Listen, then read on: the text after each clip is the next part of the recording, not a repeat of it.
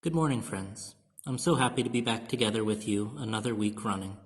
And today I am very excited that we're able to stop and pause and take a little time to talk about something that surrounds us and inspires us each and every time that we are together in this place in worship.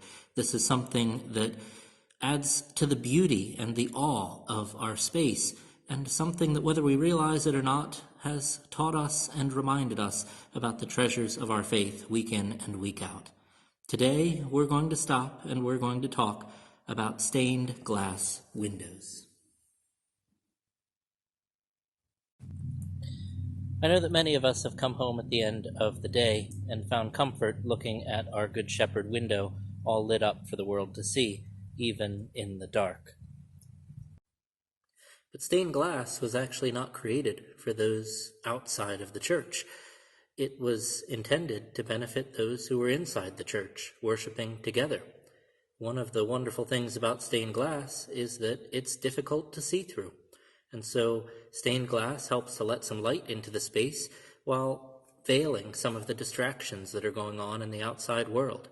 And so it keeps us from seeing the things that would keep us from putting our eyes on Christ as we're here together in worship.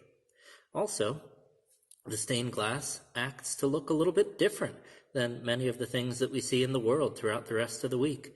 And so in its beauty and in its different sort of beauty, it allows us to feel like we're a part of something different, something holy, something a little more divine as we come together.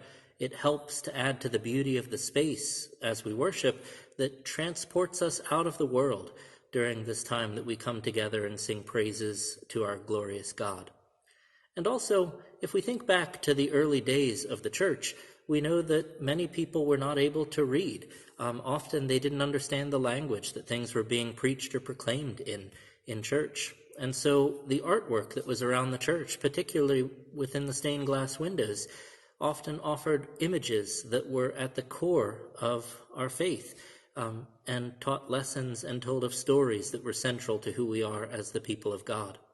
And so if you sit in church and you look around the stained glass windows, such as the one that's right above me, you'll see a cross sitting in a crown. And that image, whether you can read or not, it reminds you that through the cross of Christ we have our salvation, and Christ is the ultimate King, Lord of all that is. And so you look at the different symbols that show themselves in stained glass windows, and we find that even if we have never learned to read a word or a letter in our entire life, we are being told and we're recognizing the stories of our faith that tell of how good God has been to us, how glorious our God is, and the hope that we have in his life, death, and resurrection. And so stained glass is a beautiful aspect of our worship.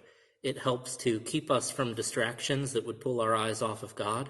It helps to take us out of the world so that we can set our baggage at the door and worship in a wonderful experience the God of all things. And it helps us look around and to learn, or possibly throughout our lives to simply remember the wonderful things that our God has done for us, his beloved children. I hope that's helpful as we talk about some of the purposes of stained glass.